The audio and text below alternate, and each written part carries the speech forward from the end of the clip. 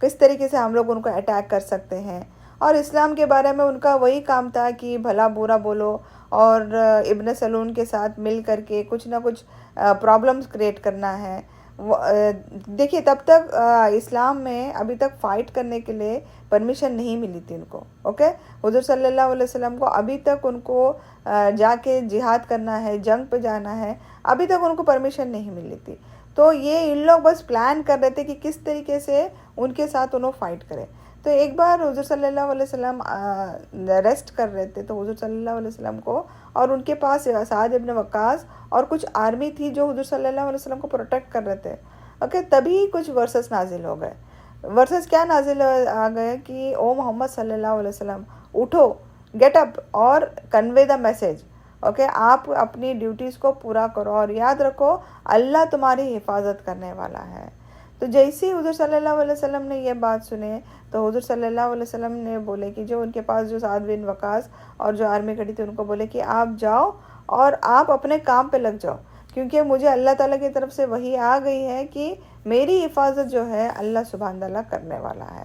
اس کے بعد دیکھیے کچھ اور ورسز بھی ریویل ہو گئے کہ اگر ابھی آپ کو ابھی جو جہاد کرنے کے لیے, جنگ کرنے کے لیے آپ کو پرمیشن دی جا رہی ہے, کو جو تکلیف دے رہے ہیں, اوکے, جو تکلیف دے رہے ہیں آپ ان کو جواب دیجئے. اگر آپ کو پرابلمس میں ڈال رہے ہیں تو آپ ان کا ریٹالیٹ کیجئے, ان کو جواب دیجئے, ان کے اوپر آپ جنگ چھیڑ سکتے ہیں اور اللہ تعالیٰ آپ کے ساتھ ہے. دیکھیے یہ جب حضور صلی اللہ علیہ وسلم کو جب یہ ورسز آئے تو حضور صلی اللہ علیہ وسلم اور صحابہ بہت خوش ہو گئے تھے, کیونکہ وہاں پر لوگ ان کو تکلیف دینے والے تھے اور وہ جانتے تھے کہ لوگ تیاری کر رہے ہیں ان کو تکلیف دینے کے لیے, جنگ چھیڑنے کے لیے وہ تیاری کرے, مارنے کے لیے ان کو جنگ چھیڑنے کے لیے وہ تیاری کر رہے ہیں. کس کے ساتھ الاؤڈ تھا جنگ کرنے کے لیے؟ قریش کے ساتھ, جیوز کے ساتھ, کرسچنس کے ساتھ, جو مشرک تھے ان کے سب کے ساتھ جنگ کر سکتے تھے. دیکھیے جب اب حضور صلی اللہ علیہ وسلم جب مدینہ آ گئے تھے, مکہ چھوڑ کے وہ مدینہ آئے تھے. دیکھیے مکہ ان کے لیے کہیں نہ کہیں ان کا دل مکہ میں تھا, کیونکہ وہ پیدائش کی جگہ تھی, ان کا کیا بولتے ہیں وہ براٹ اپ وہیں پہ ہوا تھا. تو وہ ان کو کہیں نہ کہیں مکہ ہمیشہ یاد آتا تھا. اور جب وہ مدینہ آئے تو وہ بیت المقدس کے طرف رخ کر کے 15 سے 16 مہینے انہوں نے کچھ اس طریقے سے ہی نماز پڑھی. اوکے, بیت المقدس کہاں ہے؟ بیت المقدس یروشلم میں ہے, مسجد اقصی.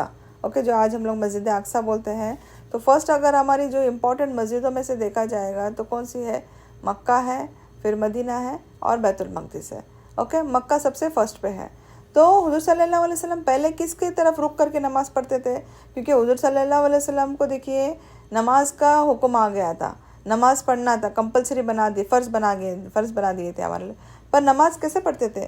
بیت المقدس کی طرف رک کر کے پڑھتے تھے. کیوں کیونکہ ہمارے لیے ہم لوگ یونٹی چاہیے ہم لوگ کو. اسلام میں اللہ سبحانہ تعالیٰ فرماتے ہیں کہ یونٹی بہت ضروری ہے. جب یونٹی سے کچھ بھی کام کرتے ہیں نا اس میں کامیابی ہی کامیابی ہے.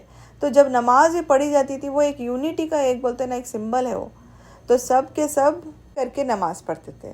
تو جب حضور صلی اللہ علیہ وسلم مدینہ آئے تھے تو وہ کہیں نہ کہیں یہ سوچتے تھے کہ کاش اگر قبلہ جو ہے, قبلہ ہمارا جو کعبہ ہے, کعبہ اگر قبلہ ہو جاتا تو کعبہ کی طرف میں رک کر کے نماز پڑھتا. کیونکہ جب مسجد الحرم میں جب تھے تو وہ ویسے اس طرف سے لے کے بیت المقدس کی طرف پڑھتے تھے. تو جب اب یہاں سے آنے کے بعد میں ڈیفرنٹ ہو گیا تھا نا, تو حضور صلی اللہ علیہ وسلم سوچتے تھے کہ میں اگر کاش اللہ تعالیٰ ہمارا قبلہ جو ہے کعبہ ہو جاتا تو اور خوشی ہوتی. تو دیکھیے یہ جو ابھی آیتیں آئی ہیں یہ قبلہ چینج ہوا ہے ہمارا. اوکے, حضور صلی اللہ علیہ وسلم جو بیت المقدس کی طرف رک کر کے نماز پڑھتے تھے, اللہ سبحانہ تعالیٰ نے ان کو حکم دیا کہ بیت المقدس کے علاوہ ادھر سے فیسنگ چھوڑ کے آپ قبلہ ہمارا کعبہ ہوگا. کیسا ہو؟ صلی اللہ علیہ وسلم مسجد قبلتین میں تھے, مسجد میں تھے جب وہ نماز پڑھ رہے تھے, جب یہ وحی آئی.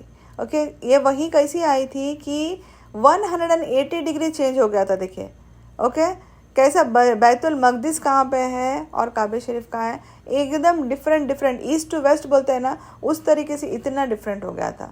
اوکے, کیوں؟ کیونکہ حضور صلی اللہ علیہ وسلم ان کو مس کر رہے تھے. وہ اپنی پیدائش کی جگہ تھی. اوکے, تو وہ حضور صلی اللہ علیہ وسلم چاہ رہے تھے کہ کعبہ جو ہے قبلہ کعبہ جو ہے قبلہ بن جائے. تو حضور صلی اللہ علیہ وسلم کی خوشی کے لیے اور سب کے لیے بلکہ حضور صلی اللہ علیہ وسلم کے اس کے لیے اللہ سبحانہ تعالیٰ نے کیا کرے, کعبہ شریف کا رخ چینج کر دیا, قبلے کا رخ چینج کر دیے. کیا کرے حضور صلی اللہ علیہ وسلم جب نماز میں کھڑے تھے, اسکالرز بولتے ہیں کہ وہ ظہر کی نماز تھی یا فجر کی تھی یا رات میں پڑھ رہے تھے نماز, وہ کچھ ایگزیکٹلی نہیں ہے, پر حضور صلی اللہ علیہ وسلم, صحیح مسلم کی حدیث ہے, حضور صلی اللہ علیہ وسلم جب نماز میں کھڑے تھے تب ان کو وحی آئی, نماز میں ہی وحی آئی کہ رخ چینج کرنا ہے تمہارا, قبلہ چینج کرنا ہے.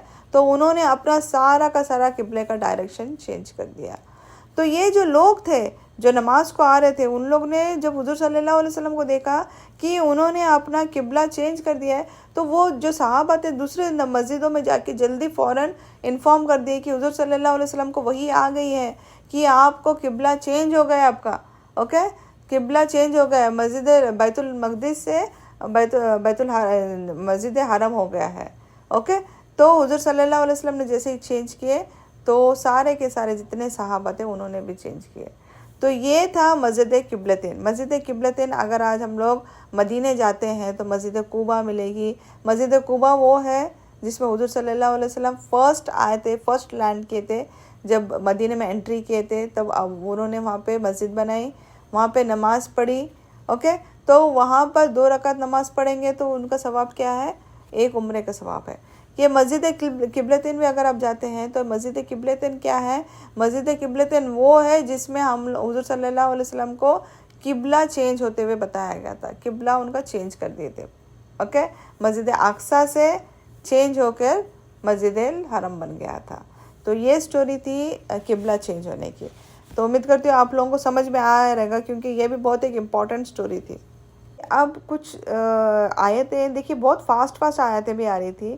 شعبان کا مہینہ تھا, اس میں حضور صلی اللہ علیہ وسلم کو وحی نازل ہوئی کہ روزہ رکھنے کے کچھ آیتیں نازل ہوئے. اوکے, روزہ رکھنا ہے نا, روزہ جو رمضان کے جو روزے تھے وہ روزے رکھنے پر کمپلسری بتایا گیا. یہ بھی بتایا گیا روزہ رکھنے سے اللہ تعالیٰ کا تقوی حاصل کر سکتے ہیں, اور روزوں کو فرض کرا دیا گیا ہے. اوکے, اس کے بعد آیا رمضان کا مہینہ.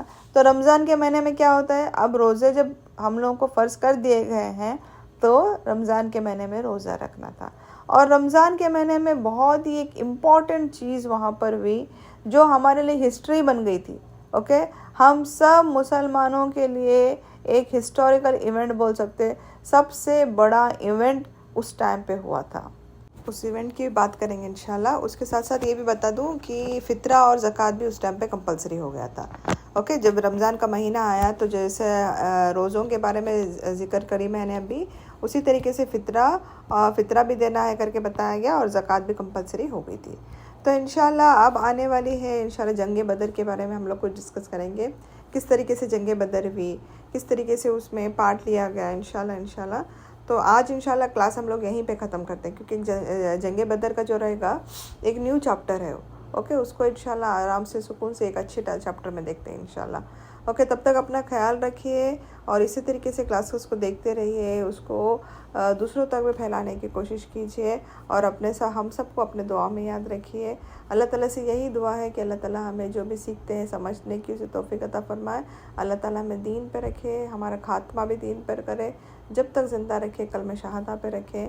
اللہ تعالیٰ ہمارے گناہوں کو معاف کرے, ہمیں جنت الفردوس عطا فرمائے اور جہنم کی آگ سے بچائے. اللہ تعالیٰ ہمیں سیدھے راہ پہ چلنے کی توفیق عطا فرمائے. اللہ تعالیٰ ہمارے بچوں کو سیدھے راستے پہ رکھنے اور ان کو ہر برائی سے دور رکھے, نیک رکھے, صالحہ رکھے, اور ہمیں ہر مشکلات سے دور رکھے. ہم نے جو بھی دعائیں کی اللہ سبحانہ تعالیٰ ہمارے دعاؤں کو قبول کرے, ہمیں آسانی دے ہر چیزوں میں. اللہ تعالیٰ ہم سب کو صحت اور تندرستی کے ساتھ رکھے, دین پہ رکھے, اور اچھے کام کرنے کی توفیق عطا فرمائے. وآخر دعوانا الحمدللہ رب العالمین. سبحانک اللہم و بحمدک نشہد ان لا الہ الا انت استغفرک و اتوب الیک.